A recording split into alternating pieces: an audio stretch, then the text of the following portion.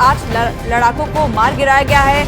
एक अलग मोर्चे पर ये लड़ाई चल रही है। इजरायली सेना ने यहां पर बड़ी कार्रवाई करते हुए हिजबुल्लाह के 8 लड़ाकों को अब तक ढेर कर दिया है।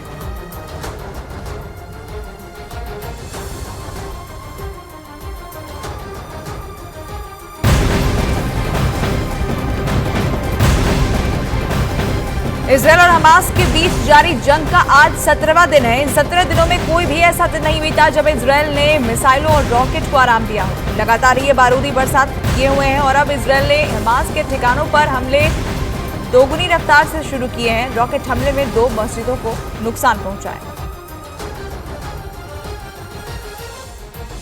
जबालिया में तौबेह और इमाद अकील मस्जिद में रात के वक्त हमला होने की खबर है, जिसमें मस्जिद पूरी तरह से नष्ट हो गई।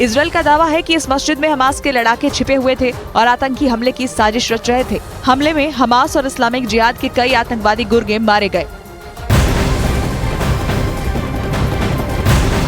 इजरायल के प्रधानमंत्री बेंजामिन नेतन्याहू ने लेबनान के साथ सीमा पर बार बार होने वाली झड़पों के बीच हिजबुल्लाह को आंख दिखाई। उन्होंने चेतावनी देते हुए कहा कि हिजबुल्लाह को इस जंग से दूर रहना चाहिए और वो अपना भविष्य सही चाहते हैं तो उन्हें इससे दूरी बनाकर रखनी होगी, नहीं तो अंजाम बहुत बुरा होगा। कि अगर वो इजरायल के साथ युद्ध करता है तो ये उस पर और लेबनान पर अकल्पनीय तबाही लाएगा। हिजबुल्लाह लेबनान को एक व्यापक युद्ध में घसीटने का जोखिम उठा रहा है। שהוא לא יכול אפילו לדמיין. והמשמעות לו ולמדינת לבנון תהיה הרסנית.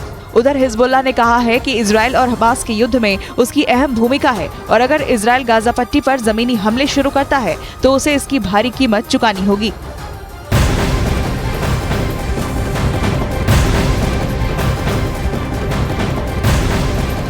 इजरायल की आलम यूनिट ने बड़ी कार्रवाई करते हुए हमास के एक आतंकी मंसूबे को फेल कर दिया। दरअसल इजरायल ने हमास के लड़ाकों के 1000 से ज्यादा हथियार जब्त किए हैं। दावा किया जा रहा है कि स्कूली बैग से भारी मात्रा में गोला बारूद भी बरामद किया गया है। स्कूली बैग से 7 किलो का बम भी बरामद हुआ है। वहीं साथ ही 2000 ग्रेनेड, 1000 आरपीजी भी बरामद किए गए।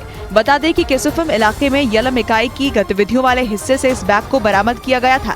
जांच में पाया गया कि स्कूली बैग को एक टाइमर के साथ सील बंद कर दिया गया था। गाजा में इजरायली सेना के हमले रुकने का नाम नहीं ले रहे हैं। रविवार को भी इजरायली सेना ने यहां मिसाइलों की बारिश की, जिसमें गाजा की एक मार्केट तहस नहस हो गई। प्रत्यक्षदर्शियों की माने तो सायरन के बजते ही मार्केट में भगदड़ मच गई।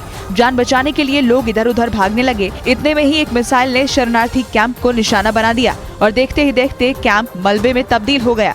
स्वास्थ्य मंत्रालय की रिपोर्ट की माने तो गाजा में मरने वालों की संख्या 4500 से ज्यादा पहुंच चुकी है। वहीं 14000 से ज्यादा लोग जख्मी हैं।